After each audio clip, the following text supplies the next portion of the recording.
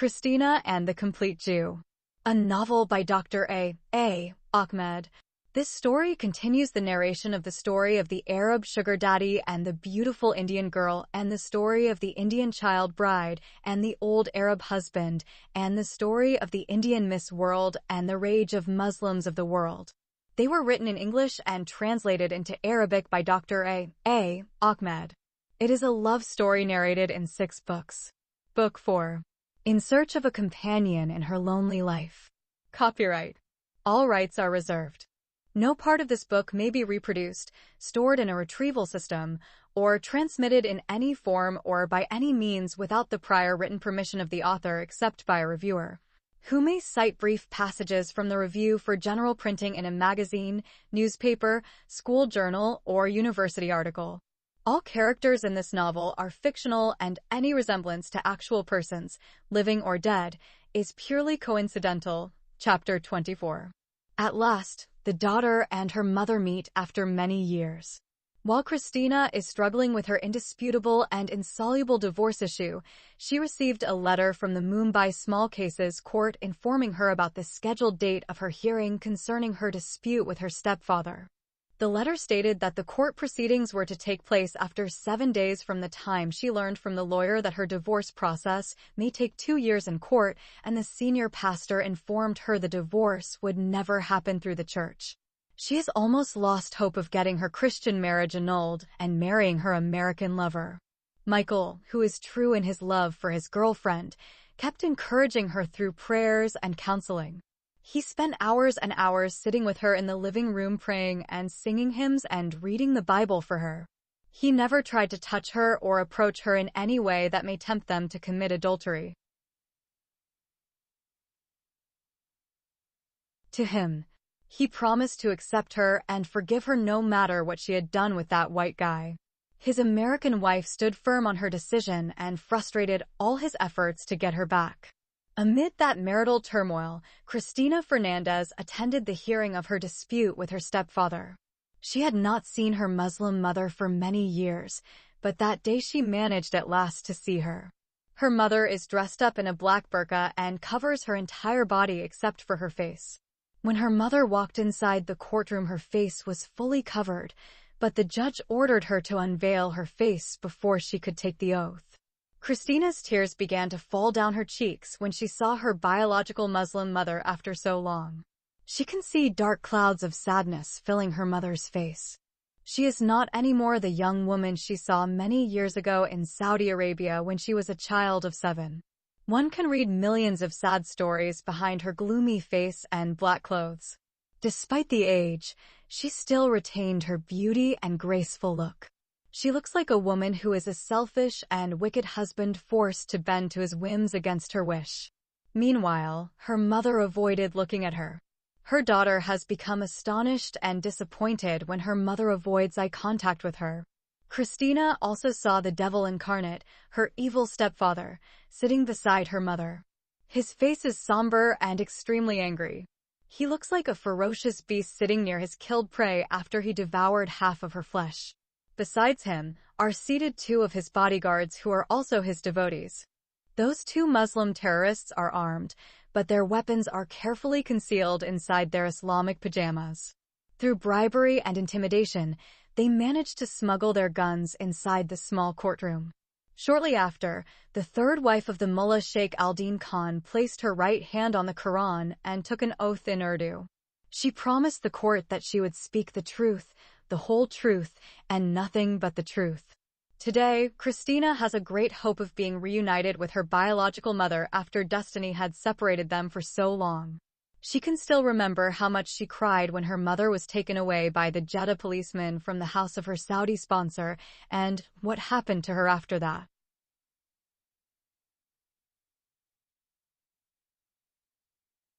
Her biological mother after destiny had separated them for so long.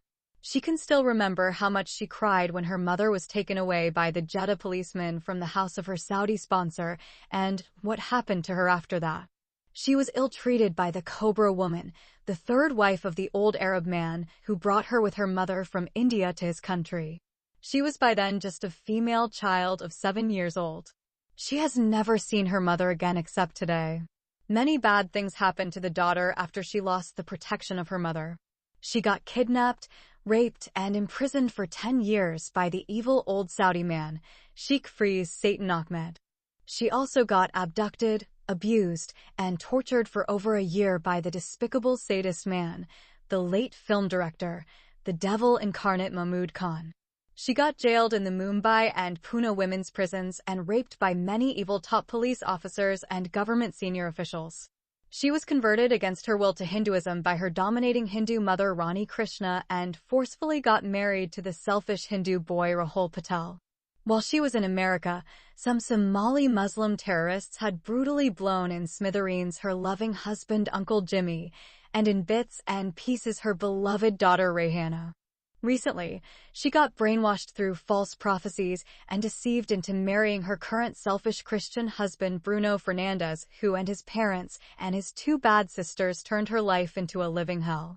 The only few good things that happened in her miserable life: she got adopted by a Hindu mother, inherited millions of dollars from her late Saudi husband, played a role as a heroine in a film in Bollywood, was crowned Miss India and Miss World, met her Uncle Jimmy, and spent a brief happy time with him and her beloved daughter, and finally went to the Jewish house and fell in love with her American lover, the complete Jew, Michael Lewinsky, who is presently sitting by her side in the courtroom.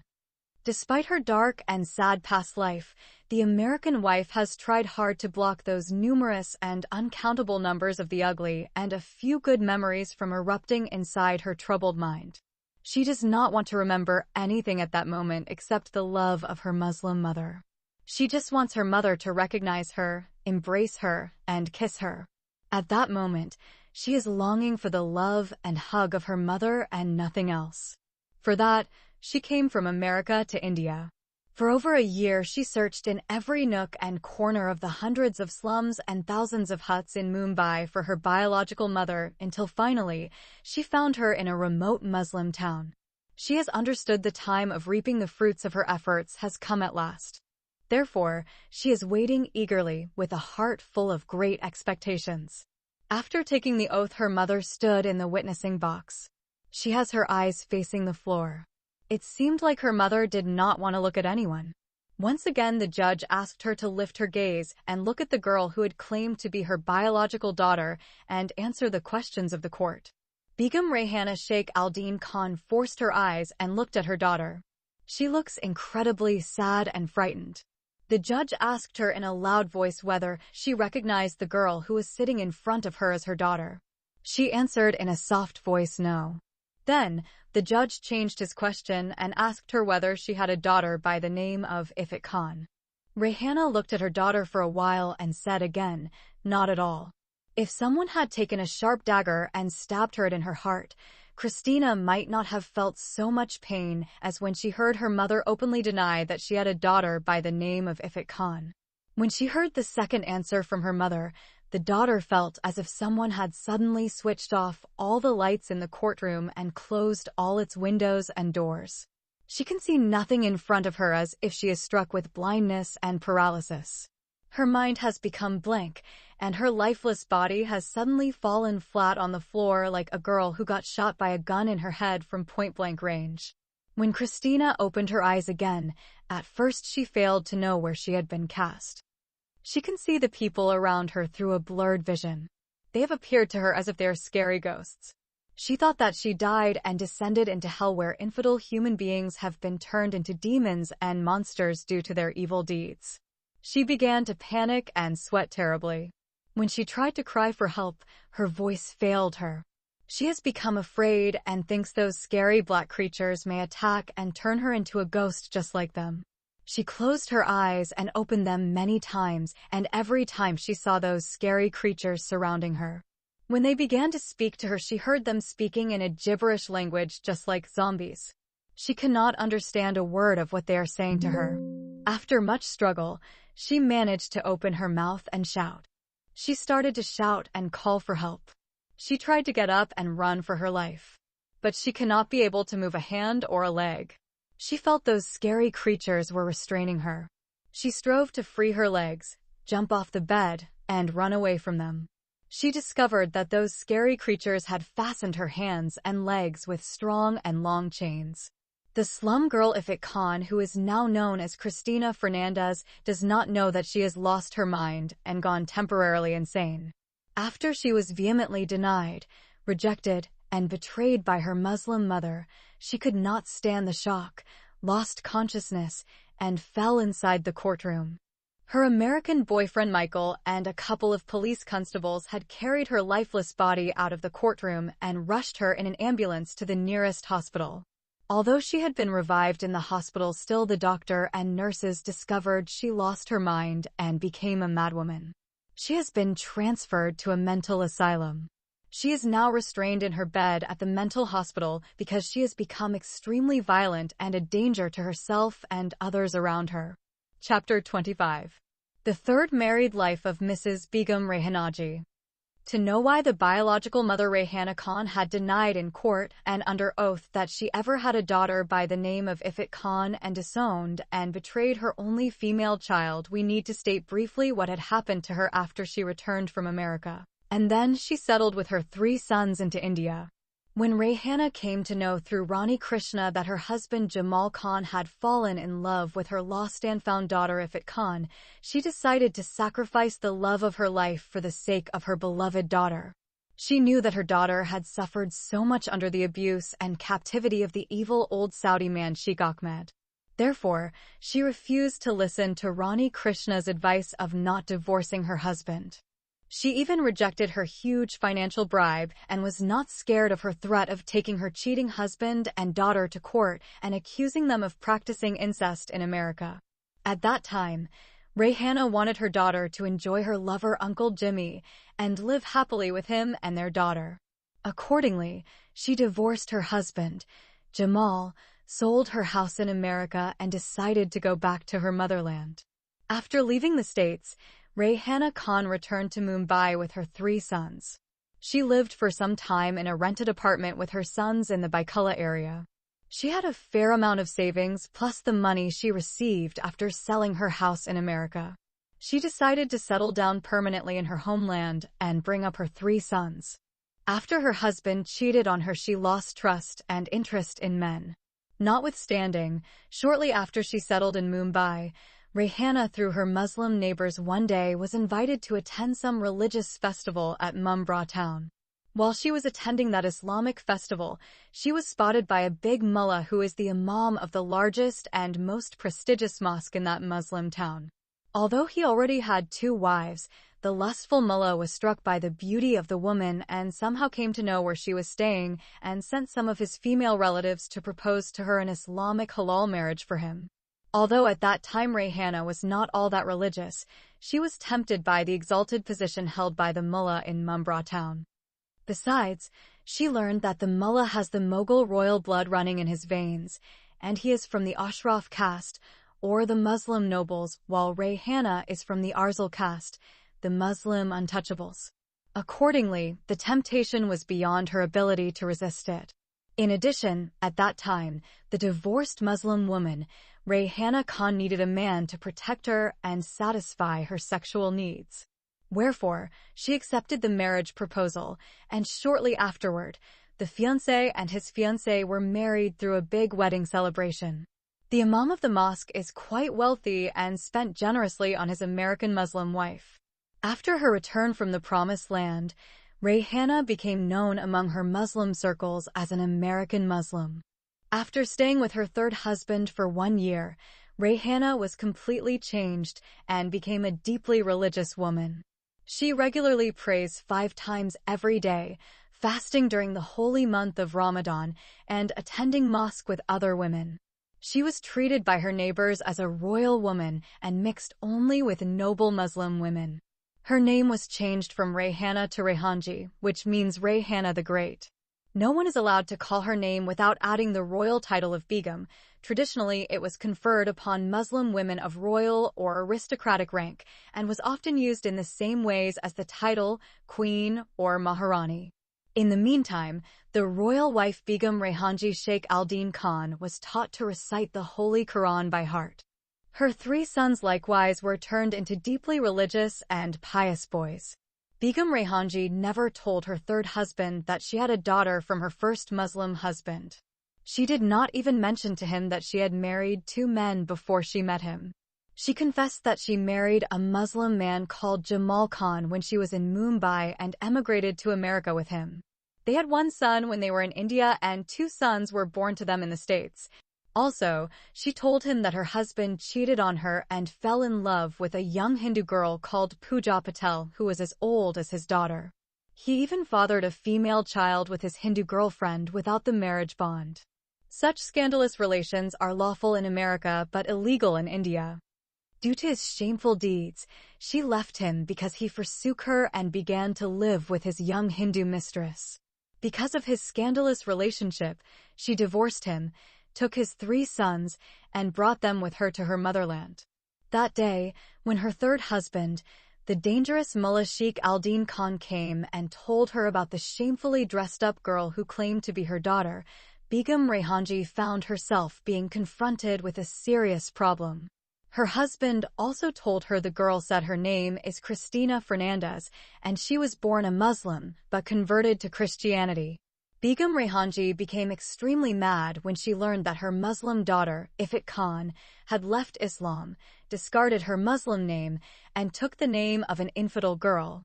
When she heard in the States from Rani Krishna and Rahul Patel that her Muslim daughter became a Hindu girl, she did not believe it. But when her husband informed her about her apostasy from Islam and conversion to Christianity, she could not deny it. She knows that her religious commitment and sentiments could tolerate anything her daughter might have done except forsaking Islam and converting to Christianity. She also expected that she might be divorced by her husband and her Muslim children might be taken from her, and she then gets kicked out of the Muslim community and town empty-handed. Moreover, she understood that she would seriously damage the reputation of her third husband, the imam of the biggest mosque among his Muslim adherents, if she openly admitted to having an apostate girl as a daughter. Above all, she was worried that her daughter might expose her hidden secret concerning her husband, Jamal Khan, who had left her and fell in love with her daughter Ifat Khan, and he also fathered a baby girl with her through incest. Rehana does not know that her former husband Jamal Khan was brutally killed by Somali terrorists in the States along with his baby daughter. She thought that her daughter is still living with Jamal Khan. After weighing all the pros and cons, Begum Rehanji decided to cut all ties with her apostate daughter. She considered her to be dead in her eyes and gone out of her life forever. She believes that by forsaking Islam and embracing the false religion of the infidels, Ifat lost her legitimate and moral right to be called her daughter. After Mullah Sheikh Aldin Khan later informed his wife that he received a letter from the Mumbai court and that the law required her to stand in court in front of a judge and testify under oath that she has a daughter by the name of Ifat Khan or not, Rehana's motherly bowels have been revived. She thought she could cut ties with her daughter without meeting her face to face. Howbeit, as a mother she understood that she could not deny and reject her daughter in front of her and before everybody. Furthermore, as a Muslim woman, how can she place her right hand on her holy Quran and tell such an unpardonable lie? Begum Rehanji decided to face the wrath of her third husband, and the Muslim community bore all the feelings of shame and confessed in court her relationship with her only daughter, Ifat Khan, with the hope of getting reconciled and reunited with her missing firstborn daughter. Before we mention what happened next, we must explain some important social phenomena in India. Every religious leader in India is also a politician as well as a ganda or gangster. Those 3 social positions come as one package in Indian society. You cannot choose one of the 3 social positions and reject the other 2. If you are not a religious person, or even if you do not believe in God, and you decided to go into politics, you need to pretend to be a pious and religious person. Bal Thackeray, the founder of the Hindu political party of Shiv Sena, which means the army of the Hindu god Shiva, who is the god of death, was a very committed religious man, renowned politician, and notorious ganda, and among Muslims, his equal is the dreadful terrorist Dawood Ibrahim, India's enemy number 1, and among Indian Christians, his equal is Antony Kalia. Kali is the goddess of evil. Perhaps the only Indian politician who managed to avoid being a terrorist and gangster was the father of the nation, Mahatma Gandhi. Gandhiji was a great Indian politician, and through his religious theory of ahimsa, nonviolence, he compelled the British Empire to grant independence to India without shedding one drop of blood. Mahatma Gandhi, the great soul, paid dearly for granting a separate country to the Muslims of the Pakistan state. For that great mistake, Gandhiji was shot dead by a fanatic Hindu man. Like all Indian religious men, the Mullah Sheikh al-Din Khan is 3 in 1. He is more than a mullah. He is an imam of a mosque, a politician, a terrorist, and a gangster. He is like the evil trinity mentioned in the Holy Bible in the book of Revelation, a false prophet, a devil incarnate, and of course the Antichrist. He hates with passion Indian Christians and abhors with bitterness the Hindus of Hindustan. If he could, he would have killed all Christians of the world with his own hands. He also hates other Indians such as Sikhs, Jains, and Buddhists. He is behind many of the bomb blasts that claimed the lives of many innocent people in Mumbai and other parts of India. Therefore, when the feet of the so-called filthy infidel Christian whore came to the threshold of his holy abode, his heart was boiled with great holy wrath. The mullah could not believe his eyes when he saw a practically half-naked young woman standing in front of his door. He also could not believe his ears when he heard a Christian girl claim to be the daughter of his righteous third wife, Begum Rehanji. Worse than all, that little female slut shamefully boasted of being born as a Muslim and converted to the false religion of the infidels. If it were not for the Muslim crowd that gathered around her and his reputation among his Muslim community, he would have strangled her to death, poured kerosene on her defiled dead body, set it ablaze, and burned it to ashes. The Mullah Sheikh al-Din Khan, like a police dog, can sniff a lie when he hears it. Accordingly, when he informed his third wife about the decision of the court, he read the truth through her reaction. Her reaction showed him that somehow there is a connection between his third wife and the Christian slut who claimed to be her daughter. Even so, before he would force his wife to reveal the truth, he decided to find out by himself. Being a 3 in an evil trinity, he knew that would not be a difficult task to perform in a few days.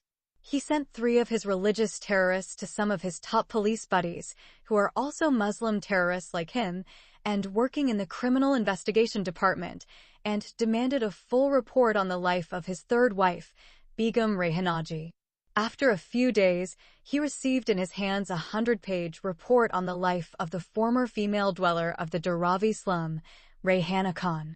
The report detailed her life story from the day she was born in a small village near the suburbs of the city of Aurangabad to the day she was married to His Excellency. Many small details in her life are mentioned in that report. Even Rehana herself will not be aware of them. With that huge dossier in hand, one night the mullah woke up his third wife from her sleep and confronted her with her lies. He sat in front of her as the devil incarnate, holding one long whip in his right hand and the police report in his left hand. A sharp double-edged sword and a Kalashnikov had been placed on a big table within his hand's reach. The dangerous mullah is not only terrorizing outsiders, but he is ruling with an iron fist all members of his 3 households.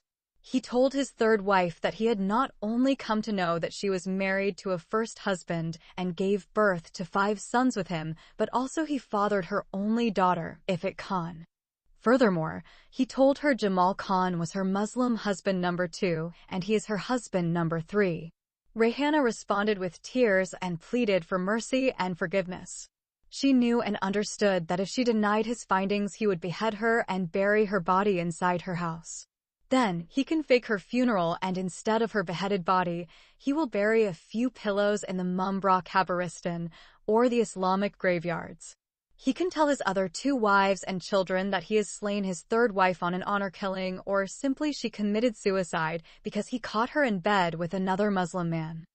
Accordingly, to avoid such a painful death, Rehana Khan began to cry and went to her knees, kissed the feet of her terrifying husband, and begged him to grant her his grace and clemency. The vengeful imam agreed to compromise in his decision if his third wife agreed to follow his dictation at the Mumbai courtroom. If she refuses to carry out his orders, she is not only going to endanger her life, but the life of her daughter Ifat Khan as well. Moreover, she will lose her 3 sons too. Accordingly, that day, Begum Rehanji and her third husband were escorted to the Mumbai court by 3 Muslim terrorists. When she entered the witness box, those 3 terrorists were sitting among the audience and staring at her. They were fully armed and had been given orders by their Lucifer to shoot and kill mother and daughter inside the courtroom, which is not a rare occurrence in an Indian courtroom. Such double assassination must take place in broad daylight if Begum Rehanji alters the words that their master, the mullah, Satan Islam Khan, had ordered her in front of them to say in court. That day, there happened to be 3 policemen guarding the door of the small courtroom. One was a Hindu policeman, and the other 2 policemen were Muslims.